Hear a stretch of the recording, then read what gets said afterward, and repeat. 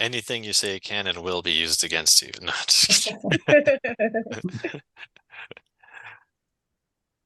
Uh, it's funny once you hit the record button, everyone's like, Oh yeah. I mean, oh. I'd love to keep discussing Black Friday sales. Or coffee. Rebrand the podcast. Absolutely. Yeah. Where are we all going to be on Friday? Best sales of 2023, Amazon. For sure.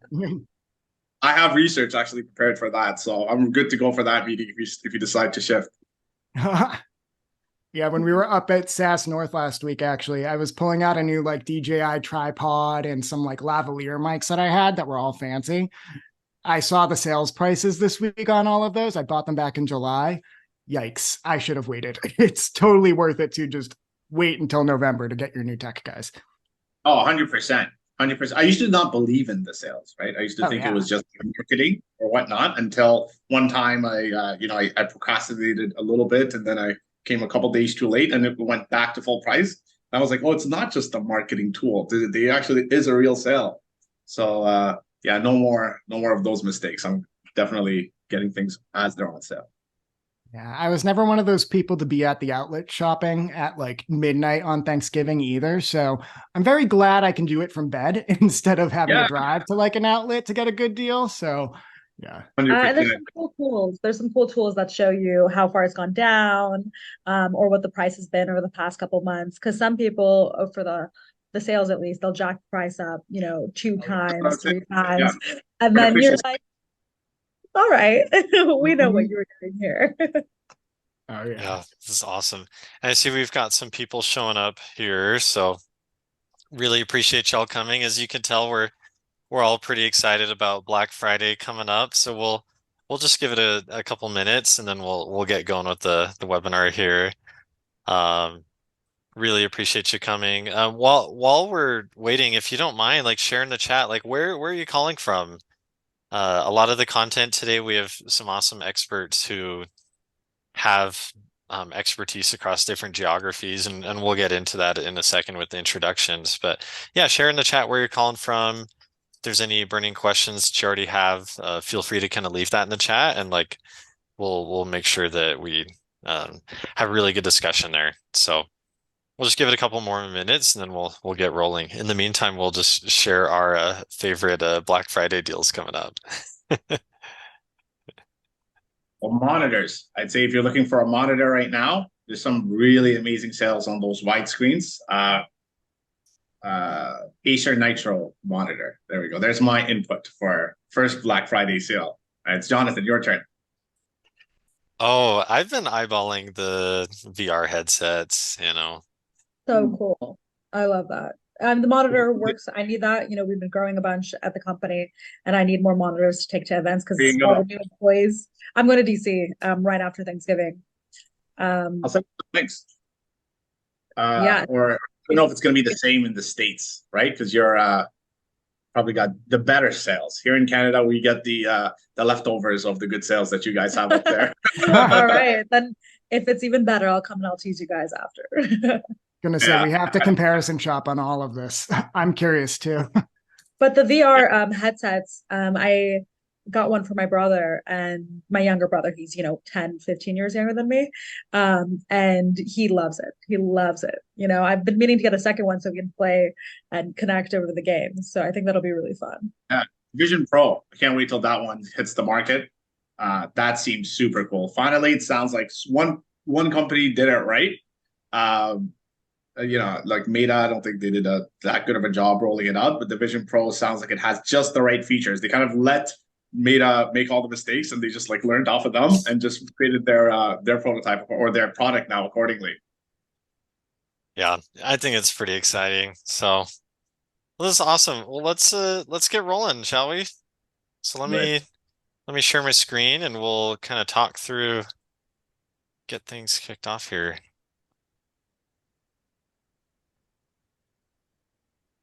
Awesome. Awesome. So, really appreciate you all for being here. This is a very timely topic and is really fun how this came about because um, it's fun making content for founders, right? We're trying to build a more interesting world to live in. And that can be really challenging, especially as you go through different milestones in your business.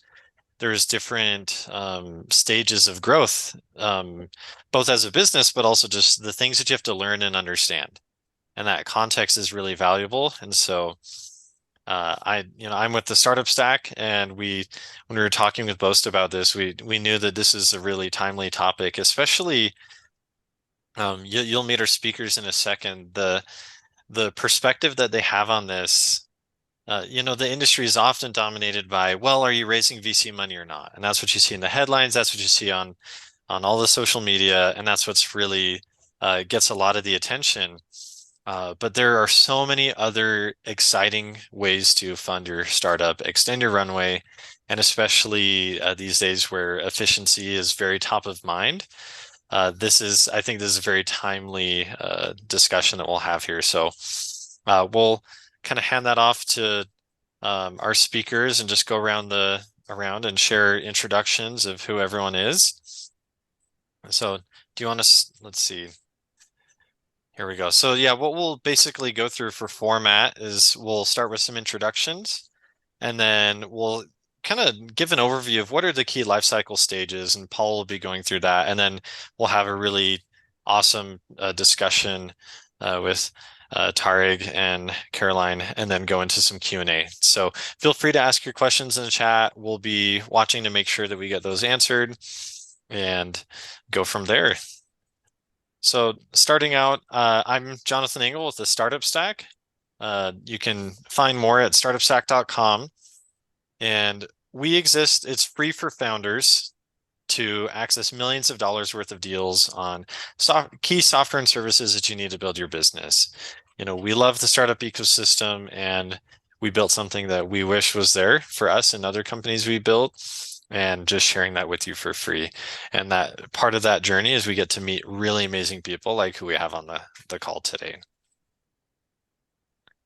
Awesome.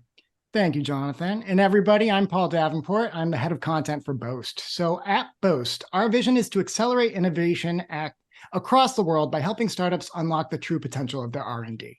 Traditionally, this has involved helping teams gain access to non-dilutive funding in the form of R&D tax credits from both the US and Canadian government. But what we really offer is so much more than that, as we enable startup teams to sync their key project tracking, financial, and payroll systems into a single platform. From there, we can actively help teams tie specific R&D activities to both expenses and outcomes.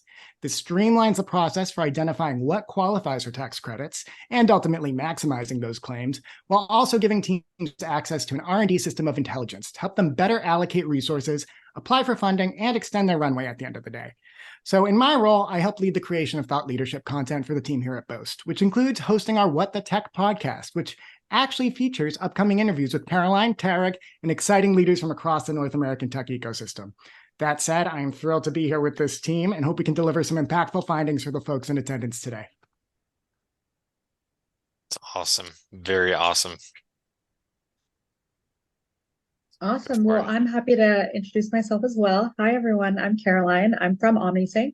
I am our Director of Partnerships. So actually, I really echo everything that Jonathan said when he first started the call. I have been in the innovation ecosystem for a while now. And before I joined my team here at OmniSync, nobody was really talking about alternative sources of capital. I think I worked with many, many founders, and the focus was always on, investors, seed, angels, private equity in that way. And so one thing that I really love about OmniSync and what we do is our mission has always been to democratize access to resources to empower innovation. So we create cutting edge artificial intelligence tools, and we help people find the right partners in order to successfully innovate. We started with Turbo SBIR, which is pretty much TurboTax for finding and applying for SBIR funding, which is that early stage R&D funding in the United States, and have ended up growing and growing, working with, I think we're at 11,000 users and startups on the platform, as well as multiple federal agencies to empower innovation. So we now have market research, access to investors, as well as that early stage R&D funding. So would be happy to chat. Really, really passionate about this ecosystem. Love my team here.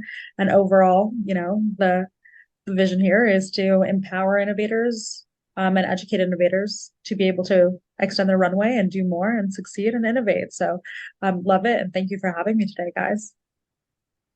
It's awesome. Super exciting. Appreciate it. And then, oh, clicked the wrong spot. There we go. All right, everyone. Well, thank you for having me today, Paul and Jonathan. My name is Tariq Abdul-Latif. I'm the managing director and founder of Archtech Accelerate. We're a business development, proposal preparation, grant writing, and lobbying firm. We launched here in Ottawa almost 10 years ago, and in that time, we funded organizations across Canada, close to $500 million. We offer services in four primary categories, but essentially funding solutions is our first service. We work with companies on their various stages of the startup cycle and providing them non-dilutive funding. We also work with strategic partnerships where we bring two or more organizations together so that they can access funding together that neither of them can access on their own. And finally, we work with contract acquisition. So this is once clients are commercialized and they're ready to start bidding on contracts and throwing their hat in the ring. Not only do we assist with the proposal preparation, but with the lobbying side of things as well. And, we launched here in Ottawa. We've expanded since across Canada. We focus on assisting Canadian companies. So I think most of my information will be most applicable to our Canadian attendees. But again, it's a pleasure to be here, and I'm looking forward to our conversation today. Awesome. Thank you so much, sir. And Paul, take it away. Absolutely. So while no two startups follow the same trajectory, we've outlined this rough life cycle that gives a general idea of the path founders can expect to embark on as they take their idea to the next level. So I'm going to walk you through all 9 stages here. The first one is ideation. This is the first phase where you identify the problem you're looking to solve and match it to a solution. You may already have a solution in mind, or you may still be mapping out your hypothesis, but either way, now is a time for you to start conducting extensive interviews and really understanding the pain points around existing solutions already in the market. The next phase is when you start pulling together the personalities and talent you want to help get your idea off the ground. While we'll dive deeper into what's involved there, it's important that you don't think too big at this phase and focus on those complementary skill sets you'll need to get your ideas into prototype. That is the next phase. That is where you've got your founding team in place and the brainpower you need to start creating your MVP solution. The prototype phase is steeped with R&D, trial and error, and even some reckonings for your team as you test hypotheses and tweak processes to create a product that really solves key problems. So you've reached stage 4, the launch beta phase, once your product has been developed and you've turned these test cases into customers. You'll be refining your product market fit, optimizing your funnel, and also molding your channel product fit throughout this phase. Next, you've entered the users phase once your prototype has been validated and you're starting to see healthy adoption. Now you can start building a team to capture the momentum and grow your go-to-market strategy. And then it's the stage 6 is the revenue phase, and it's at that phase that your product is clicking with users. They're starting to pay for your tools or services, and revenue is starting to play a role in your capital strategy. And then a startup has entered the growth phase when they're starting to produce higher revenue, while new challenges arise that ultimately present opportunities for expansion. And then once your startup has evolved into a revenue generating machine, it's considered an established business and you're at that profitability phase. That is, you're raising funding based on actual performance, not just market hype or potential. And you might even be exploring either an IPO, if not an acquisition. And then the 9th stage, which isn't actually pictured here, is the exit phase. This is the phase where founders have the opportunities to essentially cash out of their venture if the conditions make sense. So with that very high level overview in place, let's back it up a bit and get some perspective on both the milestones and the funding mechanisms in place to get founders from one phase to the next. So starting at that key first idea phase, Caroline, I'd like to actually throw it to you. What does that phase look like?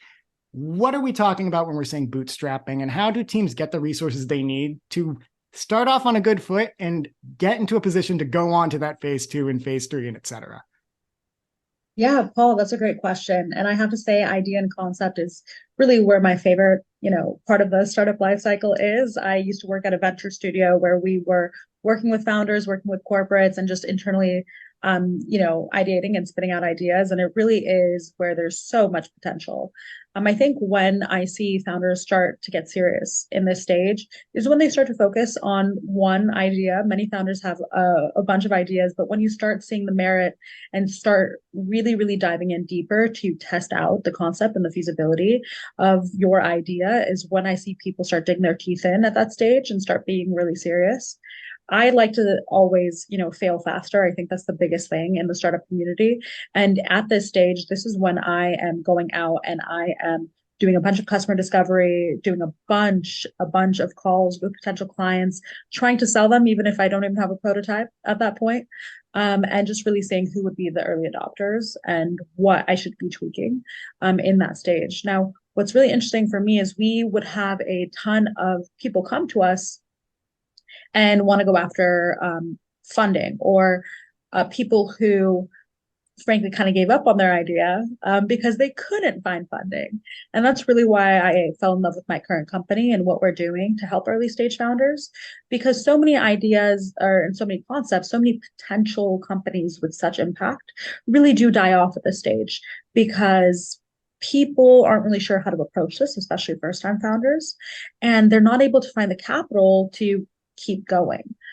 Plus, there's such an overwhelm with information at the stage. And I think that really complicates the concept of going fast, failing faster. I've talked to people who spend years trying to really build out a concept before they move a little bit farther. And they really are neglecting some of the really core points of information. So the biggest thing for me in this area has always been competition, really understanding your competitive landscape. And for us, we had people who would come to us at the early stage looking for funding, and that's why we built our newest product. It's called Turbo Innovate, and it's a market research platform. And really it's kind of a way to, Google, but primarily focused on emerging technologies, very comprehensive data, and it's showing you, who's in your landscape, who has technologies in your landscape, et cetera, et cetera. So at this idea and concept, I think there's so much potential, but founders need to make sure they're taking the wool off their eyes and being as brutal as possible on it. And then, of course, I can talk about, SBIR funding and how it fits into idea and concept in early stage. But I get very passionate about this topic. So I want to give it back to you, Paul, and see if anyone else has anything to contribute. And I can come back to SBIR funding at this point as well. Absolutely. I was going to say, Tarek, I'd love to hear same question to you, and almost maybe with an eye towards how you get from that ideation phase to that phase where you can start building your team and start having the funding to put that kind of master founder group together that you'd like to launch your business. Right, absolutely. And when people are thinking about winning government grants for their ideas, at the first phase of the startup cycle, before they even have a prototype, it's much easier to look at government funding from the perspective of pillars of funding that support an organization. And then from there, I can be able to better or more accurately define what kinds of pillars would apply to the various stages. So when you're, and I'll briefly go over each one of them right now. It's just going to be hiring and training, R&D, business expansion, capital and tech adoption, as well as initiatives that support government mandates, which falls a little bit into the contract acquisition side of things, what we'll talk about in a second. So let's say you're at the pre-commercialization, you're at the ideation phase, but you don't have a prototype. So then you can look at hiring and training dollars so that you can help, they can help you bring on the right team to develop that prototype. So there's programs like the Archtech Accelerate if you're working on complex research challenges. Let's say you want to include an AI algorithm to your technology and you want to bring on a PhD that did their dissertation on AI. Or perhaps you want to develop a business model and you can work with the Archtech BSI program to bring on an MBA to help you develop that model. So that's one way you can utilize hiring and training dollars. And then what's really interesting in Canada is we have something called government challenges. Government challenges is where the government identifies an internal need, and it can be across many different kinds of innovations: healthcare, agriculture, space tech, you name it. There's probably a challenge that will eventually come out. And what's interesting is government challenges can be in two different formats, but there's one format that's at TRL levels 1 to 6. It means technology readiness level 1 to 6, which covers your ideation phase even before you're at even the proof of concept phase. And in that scenario, the government will actually fund you at the ideation phase to develop a prototype. And from there, the government will test your prototype to see if they can have applications internally and potentially adopt your technology. So we've had clients that were literally two guys in a basement with their idea, and within a year and a half, they had $20 million in the bank account and a team of 40. So kind of utilizing these government challenges is really, really crucial. And there's many other programs, but the last two I'll note would be, for example, the NSERC programs. If you want to do collaborative R&D at the ideation phase with universities, and that way you can include post-secondary institution DNA into your innovations IP, which can be extremely marketable throughout the other stages of the startup cycle, and makes investors and governments a lot more willing to put money into you if you see that the R&D and the IP has been done in collaboration with post-secondary institutions. And finally, if you're just at the ideation phase and you don't have a prototype, there's an opportunity to do collaborative business and development with foreign partners. So this could be any country in the world that potentially you want to develop IP with. We could be with other companies or governments or post-secondary institutions around the globe. There's funding the Canadian government through the Trade Commissioner Service can help you just foster these relationships and prepare you for that prototyping phase. So obviously there's a lot more we can go into, but I wanted to provide some context as to what you can access at the ideation and the pre-prototype stages of your company. Yeah, and if it's all right, I wanted to pull the thread there a little bit on the government grant side, but primarily for US attendees. Paul, if that's all right. So yeah, to share a little bit about this ideation stage, right? Most people know the term valley of death. Really, when you're at this idea stage, especially with high tech R&D focused ventures, there's a lot of a risk to what you're doing, and you need some sort of capital in order to prove your concept. But investors don't really want to touch your venture or invest their hard-earned money at that early stage when there's such risk and knowing that there might not be a return. But of course, that leads to these innovations at the idea and concept stage dying off. And so the US government has as well, Tariq just mentioned a few programs in Canada, recognize the importance of funding ventures at this ideation stage and allowing them to grow, test out the concept, go to prototype, and then eventually to this stronger commercialization through this startup lifecycle. So SBIR funding is the program in the US that supports early stage ventures. That stands for Small Business Innovation Research. It's about $4 billion of the US government's $700 billion in grants and contracts, but it's a very powerful resource, especially for people who are early stage. It's the leading provider of, pre-seed and seed capital in the United States. And really what it is a phase one SBIR will help you test out proof of concept and feasibility. It'll give you up to $275K in non-dilutive capital at that early stage. And it's for every single type of innovation. So it's across 11 participating federal agencies managed by the Small Business Administration in the US. So everything from space to agriculture to health to science to transportation to measurement, really, if you're doing something innovative and R&D focused and you have something that is an innovative idea, you will be able to go for government contracts and grants to fund that idea. And then again, it's non-dilutive capital, extends your runway. It legitimizes you for investors, in the future, and overall creates a pathway for the government to be a customer of yours. So overall, when people think that they might not be able to get funding an idea or concept, or they're going to have to bootstrap completely, go for friends and family, or their idea is not really going to have merit, the government funding is such an important thing to look at, especially when you're doing high-tech R&D. I think Tariq mentioned that, especially for Canada, and I just want to give the US point of view for people who weren't aware of SBIRs. Absolutely. I appreciate that, Caroline. I was going to tee you up too, so I came in at the right time. And another kind of note on all of that for where Boast comes in too. Usually at these phases, you're still kind of relying on a lot of grants. You're relying on angel investors. You're relying on other family members, even in some cases, to come in and help you bootstrap. So you might not be spending money in realms that are tax credit worthy at this point. That said, still keep your files very, very tidy at this phase and make sure that you are keeping track of what investments and what spending, who it's coming from in the first place, but also what that's going to, so that down the line, when it does potentially become tax credit worthy, you're not going to be digging through a black hole. It's not going to be a black box. It's going to be something that you can actually address and you can dig into. So Boast can help you out there. That's my one Boast plug. Again, you're not necessarily going to be getting those R&D tax credits yet, but your house will be in shape to capitalize on them when you are at that phase. in Right. that vein, And just to add to that, Paul, one quick, I think important addition is it's really crucial to understand shred even at the pre R&D phase, because even at, like, let's say hiring and training grants, if you're working on MyTax and let's say you hire somebody to do work on your complex research, and MyTax only covers 50%, the other 50% is a shred claim. So kind of you're already accumulating shred claims as even before your idea, prototype phase. So yeah, that what you mentioned, Paul, is really important. I just wanted to add that context. Absolutely. I really appreciate that, Tarek. And also, just for the folks in the room who aren't aware, SHRED is a scientific research and experimental development tax credit that's uniquely available in Canada. It's a similar but very nuanced, different program than the R&D tax credit, Section 41, that is widely available in the US.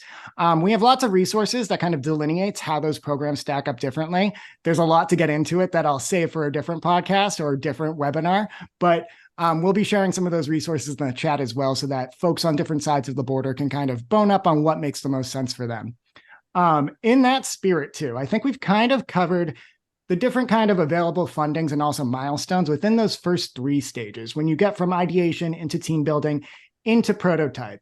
I love if we could talk a little bit about how you get from that stage 3 into kind of that launch beta phase. I think that's probably the area that is at times the most exciting, but also the scariest for folks, because it's really where you're putting it out into the market and you're getting those test cases together, and you're going to decide if all that you've worked on is going to actually work and be a fit, or if you have to go back to the drawing board and try to rejigger your solution. But could we speak a little bit about, maybe Caroline, you could kick us off, what the funding mechanisms look like at those phases and what milestones you should be tracking for at those phases? Yeah, no, this is a great question. So particularly when it comes to SBIR and STTR funding, it is intended to fund not only concept and idea, like I mentioned, but the sort of prototype and get you ready to go to market.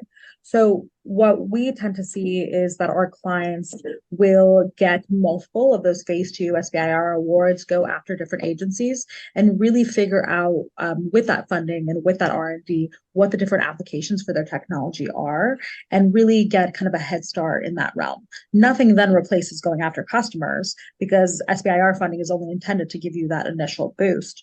But once you do go after the initial funding and figure out where the applications of your tech are, you can start putting the feelers out into the ecosystem to really see who your true customers are, what the applications, where it'll really truly pan out. And another really interesting part of this is that the government, when you've gone through this SBIR, STTR funding cycle, it will actually be more open to becoming a consumer of yours. And so if there is a specific application of your technology, you're able to go in for government grants and contracts. And it really, for us at least, we ended up getting multiple contracts from the Department of Energy, Department of Defense, Air Force, et cetera, actually opened up the path to a lot more when it came to our consumers, which, I mean, we had a very thriving commercial side with helping our startups get funding and with market research and due diligence and things like that. But going after the government grants and contracts, I think, opened up the path for bigger strengths on the commercial side. That being said, overall, launching, I think people can tend to have such high expectations. And I think having like basic traction and working on the strength of the foundations with your initial customers and really doing an analysis there, really having voice of the customer be a priority and really figuring out where everything is panning out so you stay true to the data as opposed to your idea of where the data can go is kind of what people should foundationally be considering in this like launch and beta section, knowing that traction can come from a multitude of sources and that they should really, really put the time and effort into this foundational aspect of launching. I love that. I guess, and Tarek, maybe you could help out a little bit here too.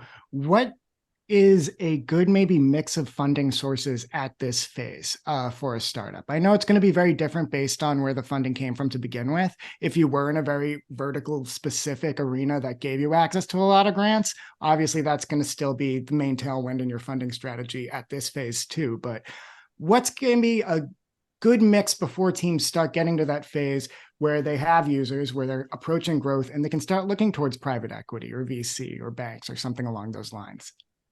Absolutely. Yeah. So once they have a prototype, and there's two different kinds of prototypes out there. There's a prototype that can be deployed in a simulated environment, and then you got the prototypes that are ready for operational environments. And once you're there, and you actually can demonstrate some sort of market validation, that's where things really start to heat up in terms of the government funding, because now you actually have a demonstratable product that we can take to the government through various different vehicles. Like, for example, you'd have, the Impact Canada challenges. This would be things for like agricultural challenges or the housing crisis. Do you have any innovative ideas for building homes more efficiently? Or there's even the military side of things. Once you're kind of you have a prototype to display, then we can go to NATO through their Diana program. We can go to Innovative Solutions Canada program. We can work with the Innovation for Defense Excellency and Security, because now you really have something that the military or the government can dig their teeth into and see if they have applications for your prototype. And they can actually provide you with simulated environments to test it. Just like right now, if you even have space technology innovations, there's opportunities to work with the Canadian Space Agency to shoot your innovations into orbit and to test it to see if this is something that the government would like to adopt, or the military. And then going back to my original, let's say, methodology of determining whether or not, what other funds would be available to you, hiring and training at that point would still be applicable. But perhaps instead of bringing on people for R&D, you want to start bringing on business development people, or people that are going to start, communicating with potential clients for those alpha or beta trials. And then also research and development at this point becomes more feasible, because now instead of just saying, I have this idea for something, we have a prototype to demonstrate. And that actually is where we love to work with clients. Our motto at our company is, we're not about ideas, we're about making ideas happen. And that's kind of the perspective that the government likes to see as well. There's so many people that have ideas out there. The amount of people that go from that ideation phase to actually having a prototype becomes extremely small. And now we can even start looking at strategic partnerships. So that's not necessarily funding you could access alone. But let's say you have this prototype and you don't have customers yet, but there's perhaps a research organization or a not-for-profit or even a for-profit that could have the applications to adopt, or have the use cases to adopt your technology. In those scenarios, 2 or more organizations can apply together to win funding, whereas you alone would not be able to win that funding. But if you say, I have a client, he's ready to test my technology, now we have an application that we can win you funding for before you're really at that commercialization stages. This would be just when you have that prototype. And does that help to provide some more context on the kind of funding that would be available at the prototyping phase? It absolutely does. And to kind of put a bow on that thought too, that's where I feel like it really becomes essential to start finding a partner like Boast and to start looking towards those tax credits, because like you had said, Tarek, this is when your R&D is actually more viable, and you're going to be conducting more expansive R&D if that's what your product roadmap calls for. And in doing so, you're going to uncover opportunities that are going to be R&D tax credit worthy or SR&ED qualifiable. And you want to think about how you're going to build out your team and extend your product roadmap and actually extend your runway with these tax credits and with these grants in mind, because you might need to hire for researchers to work on an entirely different product pillar. And maybe it makes sense to prioritize those hires ahead of somebody on the go-to-market side, because there will be SR&ED qualifiable activities on that R&D potentially that you want to capitalize on, and you're going to get a lot more bang for your buck out of that team. For instance, than if you went for a team that wasn't focused on product development, that would just be another cost on your sheets. So I really like the point that you made there. And I think you definitely highlighted that. Can add one more line to that. Actually, you just got to reminded me of thought. So when you said, government grants like these, when I talk about government challenges like through Impact Canada, ISC ideas, these aren't necessarily government grants. This is your first federal contract. So there's this regular tendering process that, is not very democratized, that you have to be, a company that has innovations, money, able to develop prototypes and sell products to the government before you get any money back. And oftentimes there's, these brilliant guys come together with an innovation and they don't have that money to do that. So what these challenges provide the opportunity to do is the government's going to be involved with you in your R&D process and help you develop that prototype, and then be your testing partner to see if this is something that they, have applications for internally, and then potentially even buy your technology, and which would, across the government wherever applicable. So it's not just a grant; it's actually a journey that you take with the government throughout your various cycles, and go from ideation potentially into one of the biggest contracts you can get, which is a federal contract. And I really want to echo that there as well. So really, when we're talking about grants, there really is this contract revenue that is so important to be aware of, that not everything is grants. You really can have that contract value with the government. And then exactly what Tarek said in terms of partnerships and going as a subcontractor for one of the contracts. Like I was talking to some primes here in the US, you know, in terms of big defense contractors, right? And they're always looking for earlier stage companies at that point of prototype, at that point of kind of getting ready to launch, to adopt those technologies into their process. They, you know, I was talking to one of them last week and they just give 100K out, just easy peasy for you to test out and make sure that your prototype is working, and then join in and partner with them. So really, in terms of strategic partnerships, it makes a lot of sense to be doing so at that early stage and being aware of it as well.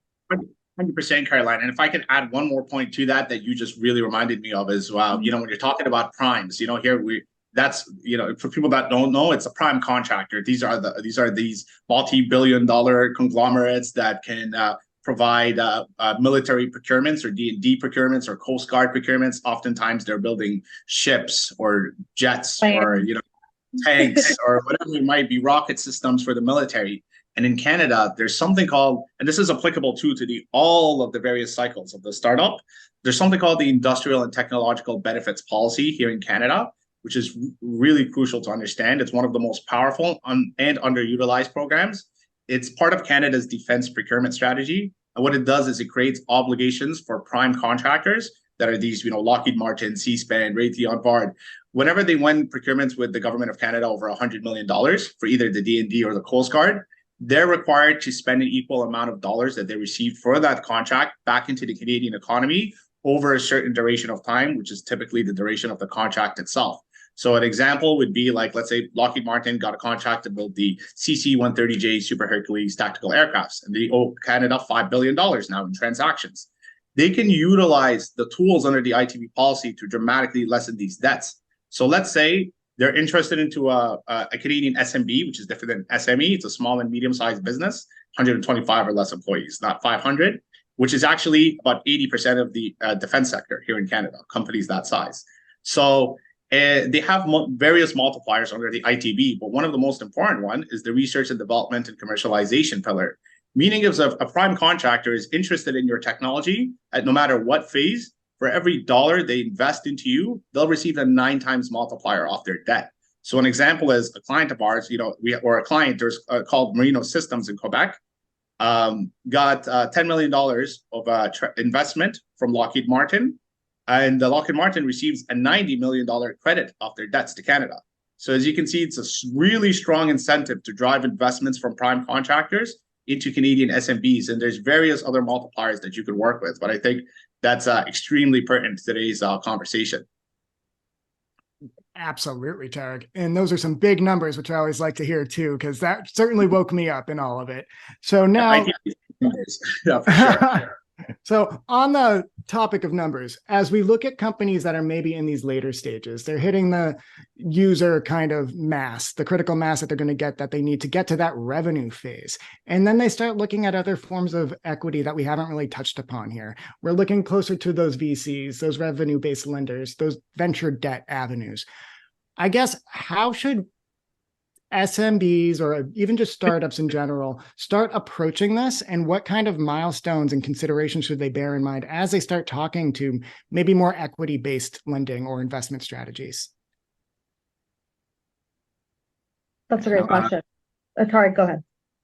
I was going to say, you go ahead, start with that, Caroline. I'll actually tag on right after you. Yeah, no, I think it's really important. First of all, I'm glad we're getting to the equity side, because especially with some of these grants that I'm mentioning, the earlier stage SBIR ones, they're really there to help you get a boost and get to the point of commercialization, as opposed to making your entire business and your entire living off of, you know, these grants. That's where the contracts come in. That's where the commercialization partners come in. That's where a complete commercial product comes in. And so it's important that people think of equity funding and think of dilutive capital as hand in hand with some of the non-dilutive aspects that people go after.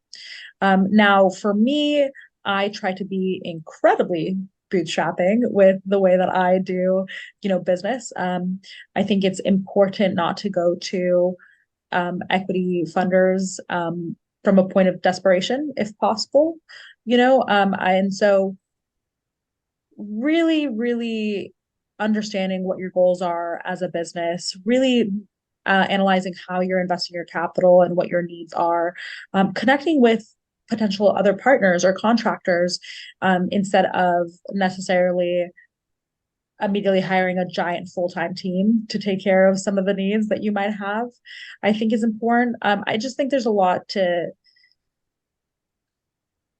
analyze before you go and put yourself at the mercy of, equity investment. And then of course, I mean, when we're talking about some of the newer ways that people are financing, especially in this market, like revenue-based financing, et cetera, I think it's important for everyone to consider their options. But Tarek, please, yeah, jump on in. I saw some smiles there. You just echoed exactly what I was thinking. It's like you want to save giving away equity for your company as either a last case scenario or when there's a strategic reason for it. So for example, if let's say you're growing much faster than you have the financing to support and you're actually going to lose out on business opportunities by not receiving that financing, that makes sense to work with a VC, or a VC can open up new markets for you that otherwise would have been, out of reach for you. That would make sense. But I echo that sentiment that, VCs and equity positions should be the very last case scenario, or when there's strategic reasons for it. But there's also other interesting opportunities, I think, when it comes to equity plays that people don't think about. For example, one of our partners here at Archtech Accelerate is the BDC's IP-backed venture fund. Most people think VC, the BDC can only give, loans with interest or whatnot, but they actually have this side of the business development bank that can make equity plays into your organization as well. And these would be a lot more generous than if it were to be a VC making those same equity plays. One is going to be a lot more aggressive than the other because one is backed by the Canadian government. So when we do have clients, we work with our clients throughout their entire cycle. And when we have identified an opportunity that it makes sense to work with a VC, we'll actually include the VCs at that time. We have internal VCs that are representing companies from VU Venture Partners to San Francisco, Hong Kong, and Japan, as well as America. But or in San Francisco as well as Canada. But so we keep that in mind for our clients. And then we also are partners with Erd's and Berlis, which is Canada's biggest IP law firm for, exit strategies, IPO, mergers and acquisitions. So as part of the Archtech team, we'll bring in the lawyers at the right time at no cost to our clients to develop that IPO strategy. And if we prepare them an excellent vision, then typically clients just hop on with it at that time. And where possible, we find them grants to bring on these lawyers for their IPO, because once they're a public company, there's going to be some limitations now on the type of funding they can access. So we want to make sure at that last phase, we're kind of hogging as many grants as we can as possible to kind of help them with that exit strategy. And hopefully that adds a little bit more context as well.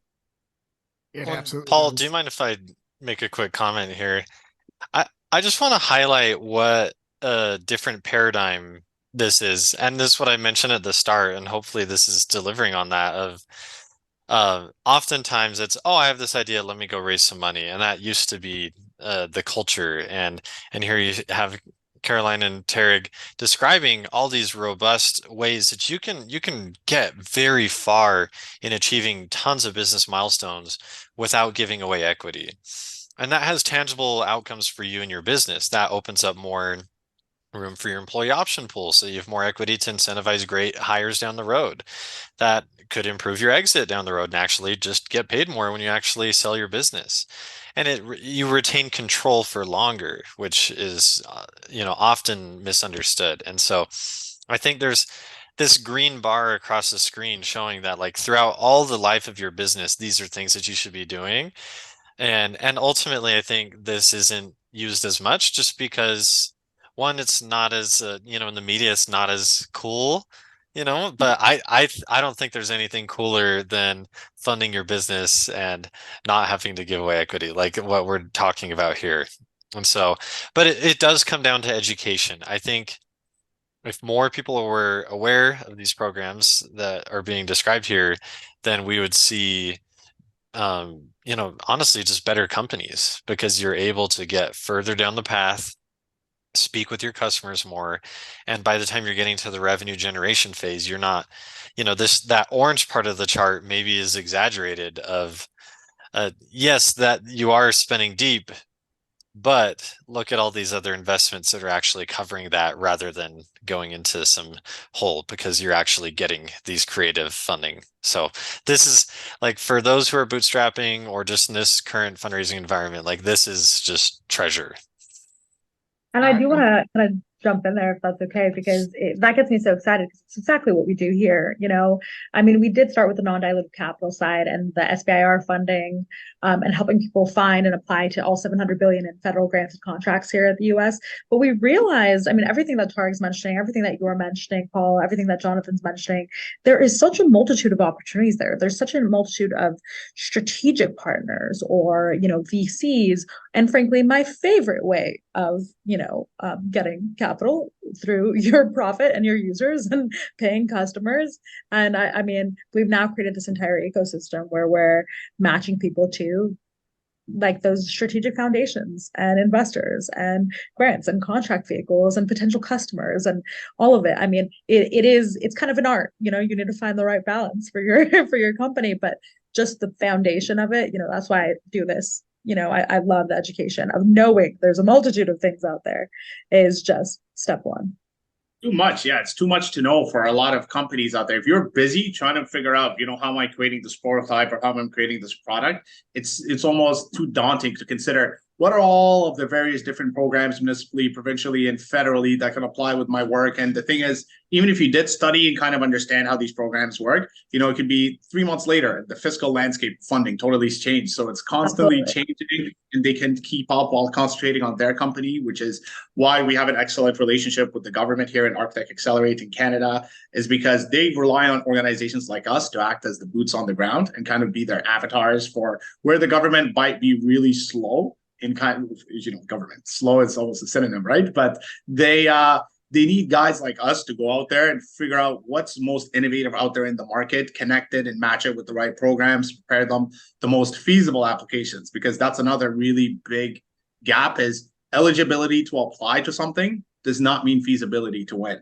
Those are two very dramatic things, dramatically different things. And I think government has a tough time communicating to, clients. These are the right people that should apply to these innovations. And I think that's another reason why, we've been successful in working with clients is not only we bring them up opportunities that they're eligible to apply for, but we're capturing their company and project profile and letting them know this is what you can actually win at this time.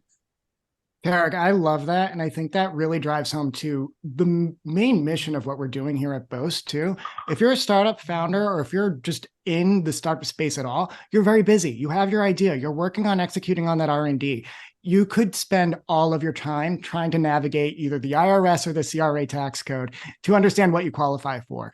We want to be able to be that resource that gets that information front and center without having to dig too much, whether that's on a webinar like this with our partners, whether that's on our podcast, on our blog, or if it's literally going to the Boast platform and digging in with what we have there. So I couldn't echo what you were all saying more. And Jonathan, to that point about the green line along the middle here, you can tap into tax credits, but you can also tap into just any kind of funding that is non-dilutive if you're organized and you have the means and the partners to do that digging for you and with you and alongside you.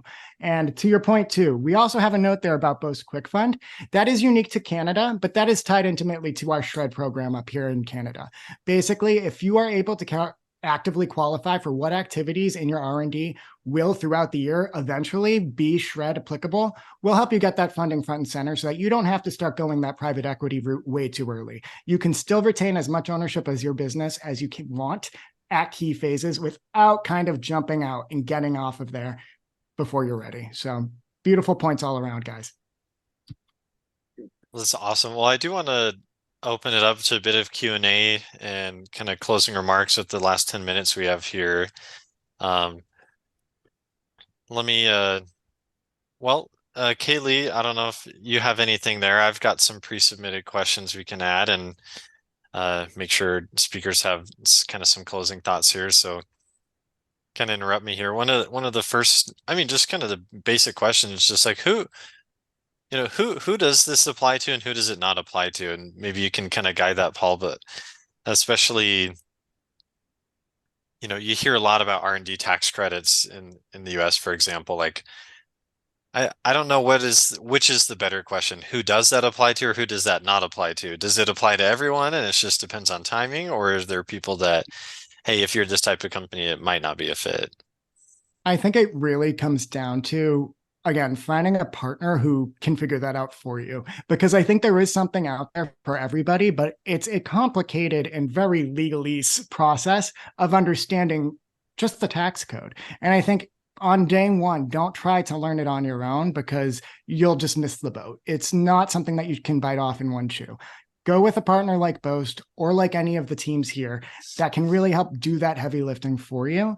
I also think it's important too that if you're applying for R&D tax credits or SHRED tax credits up in Canada, you're focused on unique innovation. I think if you're not necessarily, you don't have to reinvent the wheel, but if there's already something that's solving the problem that you have in mind out there in the market, that's not necessarily unique innovation. You really want to focus on something that is moving the needle and causing real change. Because at the end of the day, for the IRS and for the CRA, proving that this is unique and proving that this is worth the research and development because it's driving something net new is really what you got to be doing. So I think that's the overarching qualifier. Be doing something unique, be doing something truly innovative. You're not going to get those tax credits if you're just white labeling something, or if you're working on a process that's already been tracked before. You really got to be starting fresh here. I want to jump in there too, just to say, just to really, really echo that point, because we have so many people who come to us, right?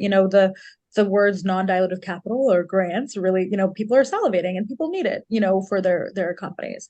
And so they come to us oftentimes and ask the same question. And we'll have such a variety of businesses. And again, we're really connected with the startup community here in the US. And not everyone is doing high R&D, very innovative stuff, and the other startups are still wonderful and deserve a lot of credit, but those startups wouldn't be getting SBIR funding. They wouldn't be getting innovation grants. However, that's when I connect them to other foundations that are focused on supporting startups in any sense, right? That's when I connect them to the local small business development centers that are funded by the government to help small businesses survive. That's when I connect them to my incubator and my accelerator friends, or the pitch competitions where they can get money from winning the pitch competition. And so when it comes to the R&D side of things, yes, at least in the US especially, they cannot be emotional about taxpayer money, So they are really looking for the most innovative, the most game-changing type of technologies to fund. If you're not eligible for that, and it is pretty wide ranging, right? You can figure out any sort of application, any sort of new technology that you're bringing forward. It just has to be innovative. But if you're not eligible for that, no worries. You're still a startup and you can still find funding and partners and foundations and all of that out there. It just might not be SBIR funding in the US. And to add to that, actually, when we work with a lot of clients here, and it's oftentimes, they'll be working, and I'll use a very general example. Let's say they're building a CRM, okay? There's obviously a CRM is not a unique innovation to the market. But what you should know is who are your closest competitors and what features and functionalities does your CRM have that does not exist in the market globally?